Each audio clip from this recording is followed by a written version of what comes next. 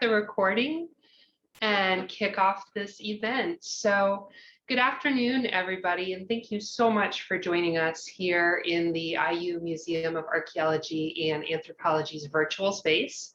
We look forward to being able to welcome you into our physical space at some point, but for now, we're happy to see you here. I'm Sarah Joan Catcher, and I'd like to welcome you to another edition of Coffee and Curators. This is our series where we encourage you to grab a cup of coffee, maybe some tea, and join us for a bite-sized talk, followed by a question and answer session. Today, we hope to inspire you to learn more about the Great Lakes-Ohio Valley Ethnohistory Collection. And today's speaker is Kelsey Grimm, who is our wonderful librarian and archivist here at IUMAA. She received her master's in information and library science, specializing in rare books and special collections in 2013. Since that time, she's been working with the lab, and her efforts have made over 18,000 documents accessible to a wide variety of audiences. And those documents are especially important because they are evidence of Native experiences here in the American Midwest.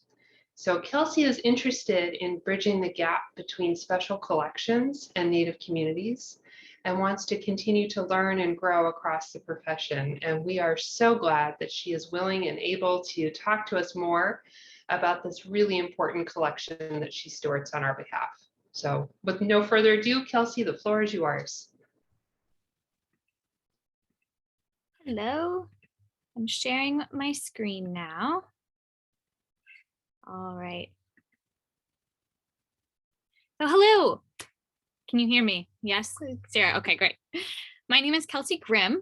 I use she, her pronouns, and am female presenting with white skin and long blondish hair.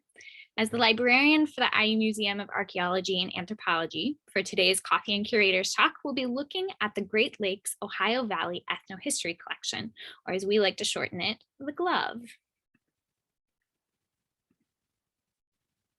On this next slide, I've put up an image of shelves and shelves of archival boxes. This represents the GLOVE collection physically, since we can't be together in person.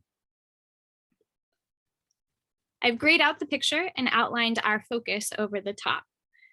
As this is a short talk meant to be consumed over one's coffee break, I'll briefly highlight the history of the collection, how it's currently being used, and how you might access it. Next slide. The history of the GLOVE revolves around Professor Erminie Wheeler-Vogelin, considered to be the founder of ethnohistory as an academic discipline. Black and white prints of her and three-quarter bust profile are on the left side of the slide. Those were taken by me while visiting the Newberry Library, where her personal papers reside in Chicago. On the right of the slide are the points that I'll go over in a moment. The GLOVE begins post-World War II when the US passed the Indian Claims Commission Act to resolve outstanding tribal land claims against the United States. The US Department of Justice came to Indiana University in the early 1950s looking to hire researchers for these Indian Claims Commission legal cases. The project at IU, headed by Erminie, was hired to research land use and occupancy of the Great Lakes-Ohio Valley region by looking at written Euro-American documents. And yes, only Euro-American documents. The team of 5 researchers from 1953 to 1966 visited or otherwise contacted any and all repositories, including archives, libraries, and museums from the US, Canada, and Europe, collecting relevant documents. Next slide. On the left is a grade map of North America, highlighting the Great Lakes-Ohio Valley region that I keep mentioning. In red, those states are New York, Pennsylvania, Ohio, Michigan, Indiana, Illinois, Wisconsin, Minnesota, and the province of Ontario. When the GLOVE researchers found materials that related how this land was being used or who was occupying it at the time of the document being written, they translated, photocopied, typed, or otherwise transcribed the relevant passage, which may only be 2 pages from a 25-page chapter or a paragraph from a diary. They noted the original source and brought that information back to be organized at Indiana University. It's important to note that these documents in the glove are not the originals. They are transcriptions of some kind, which is pretty unique for an archive. These documents were essentially research notes for the team, who later summarized the information and submitted their ethnohistory reports as evidence in the ICC cases. This collection represents information from a variety of sources scattered across the world that have been brought together to create something new. These documents, which make up only one series or part of the whole glove collection, which we call the Tribal History Document Series, were organized alphabetically by tribal group and then chronologically within the tribe. Physically, it represents 256 archival boxes, which we estimate to be over 157,000 individual pages. I've clicked through to the next slide. It still shows that map from before, but also lists the tribal groups whose histories are represented by the glove collection. As identified by the glove researchers, this land that I'm broadcasting to you from and the region surrounding me are the traditional homelands of the Chippewa, Delaware, Huron, Illinois, Kickapoo, Mascoutin, Menominee, Miami, Mohican, Ottawa, Potawatomi, Sac, Shawnee, Sioux, and Winnebago. But this list does not capture how modern day tribes identify themselves, and it doesn't identify tribes that weren't named in the treaties, nor do we know the names of the ancestral groups who preceded all of them. I encourage those of you listening to learn more about the tribes from this area, but hope this session spurs you to listen and collaborate with Native peoples in and from your area as well. Next slide. Recent projects with the glove have focused on digitization. Pictured on the left is a former student, Selena, actively digitizing in a darkened room at a computer with a flatbed scanner. The tribal communities whose heritage is documented in the glove materials were largely removed from the Midwest region.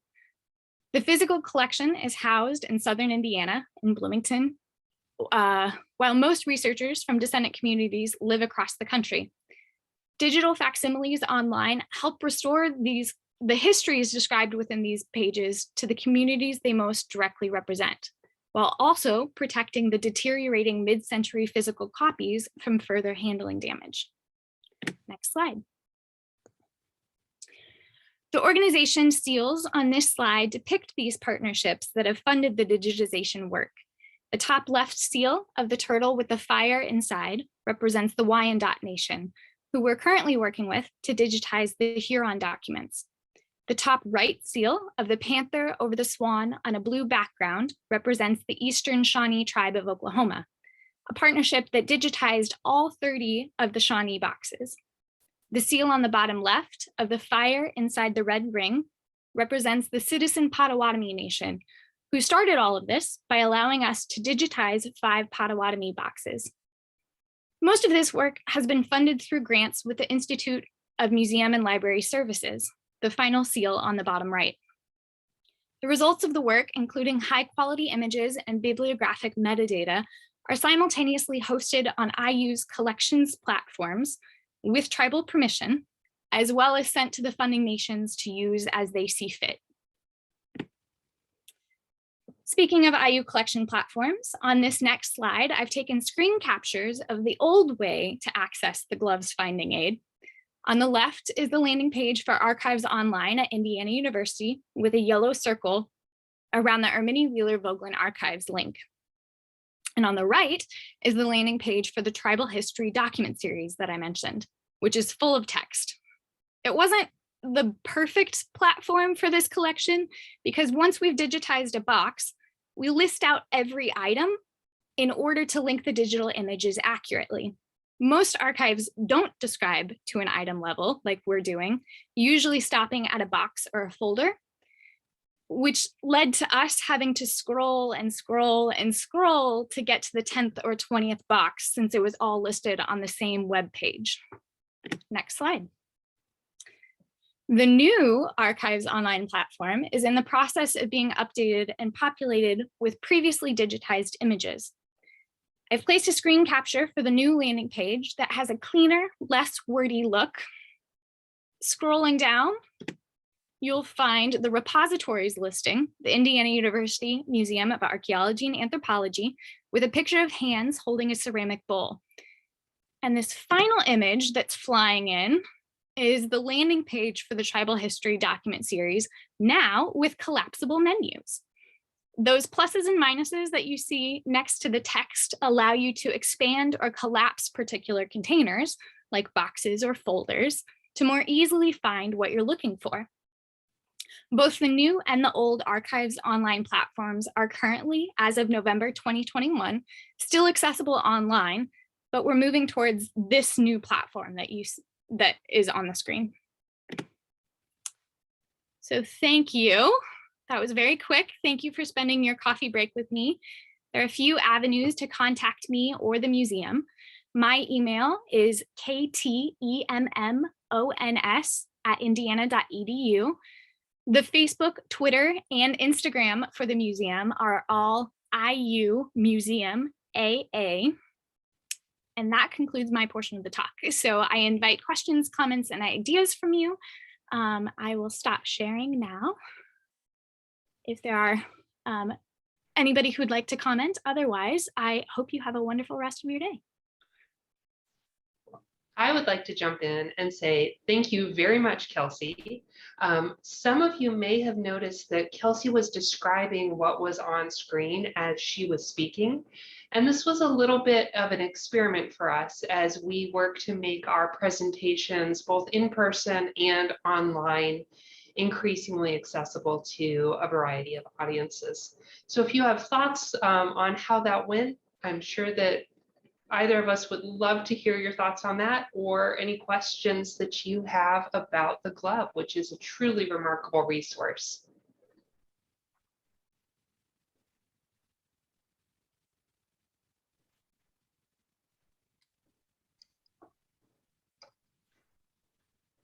Kelsey, can you talk a little bit about what you think the next sets of digitization and work to be done with the Glove collection? Where do you see the next set of work actually going? Ideally, I'd like to get all of the Tribal History document series, all 256 boxes, digitized. I didn't go into a whole lot of detail, but there are other parts of the collection, other series, as we call it, such as a map series where we've only digitized a portion of those from mostly the 19th century. But I think that would be really cool to get all of that digitized. The microfilm reels that we have like 1,500 microfilm reels that were purchased. Those represent a separate copyright. Once we purchase them, it's from the microfilm reels themselves are a separate copyright issue compared to the documents that are pictured on them. So we can't digitize those. There's also an indexing system that the researchers use. This is a very large collection. So the indexing system would be really neat to make the collection more accessible and identifiable. Ideally, I'd like to have, I think the Glove could have its own website even, and we can make a lot of links between the documents. So there's a whole lot to do, but the next step would be digitizing the rest of the Tribal History document series. And if you had to guess, how many months or years of work does that represent to do all of the rest of it? Minimum 5. It depends on how many people we would have, right? And if you have more people and hours and time to digitize, the quicker it can get done. In the past, I've only had one part-time student worker generally at a time, and they can only work, maybe 20 hours a week. And Selena, who I had pictured in the presentation, was able to do all 30 Shawnee boxes in a 12-month period, which is pretty amazing. And she was amazing, but I don't necessarily expect that from every student. So at minimum 5, but it depends on funding, obviously, and the help that we can get. And that's the one portion, not to mention all the other parts. Yeah, it's truly remarkable quite how much content there is. Allison is noting in the chat that it's really interesting how the materials in her repository, the Archives of Traditional Music, the Glove, and then the Newberry over in Chicago might have some pretty important relationships. Yeah, very much so. If you're interested, the now chief of the Shawnee tribe, Ben Barnes, has written an article about Armini Wheeler-Vogelin in collaboration with Dr. Stephen Warren. They have I think it's called Salvaging the Salvage Anthropologist, I believe. Any IUMAA people, I have it saved and I can share that if you're interested. But they talk about Armini, and her husband, Carl Vogelin, was also an accomplished linguistic anthropologist. And so both of their academic work is kind of scattered throughout. The American Philosophical Society has some, the Newberry has some, there are some things here at IU. There are also things up in Michigan, University of Michigan, I believe. So it's kind of interesting, the academic diaspora that occurs. And having to recreate that is kind of hard for researchers. So that is a benefit of digitizing and making things available online. You can more easily access and link those things instead of having to travel to 5 different states. That is one of the beauties of digitization and modern technology, is our ability to make those linkages and see those connections is just so much easier. Christina, what did you have to say? Great talk, Kelsey. I had a question about using the glove. And so I can see that it's very easy now and very organized to browse it. How would I use it to search for like a particular, I don't have an example, but how do we search it? Can we? So this first step is just digitizing the page and making it available online. So as of right now, it's not, the content inside is not searchable with the ways that we're uploading, or the platform, the technology that we have right now. So only the citations, the bibliographic citations for the original source, are text searchable. In this work that we've been doing, though, in creating some of the finding aids and things like that, we've found that many of these original sources have been digitized and put online by other institutions. So Internet Archive, HathiTrust, Google Books sometimes, these are repositories that are text searchable. The content is text searchable then. So if there's a particular resource that you find in the glove, you can then, sometimes we've even linked to the Internet Archive volume, and then you can search within that volume for particular keywords or names, if you will. Names are a very big part of the glove as well. So that would be a future project as well, getting the content that we've digitized to be text searchable. But that is also another huge undertaking. Yeah, even if you get machines to do a lot of it, they aren't perfect yet. So you still have to have that human element to go back and fix the mistakes. Great. Thanks, Kelsey. Yeah.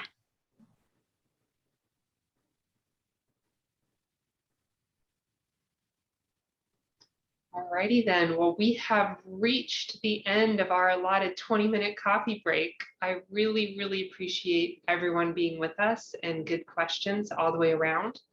Our next coffee break will be on December 9th, when Dr. April Siebert talks about repatriation and the Learning NAGPRA project. So I hope we'll see you all there. And if we don't see you there, please join us on social media regardless. We'll see you next time. Thank you.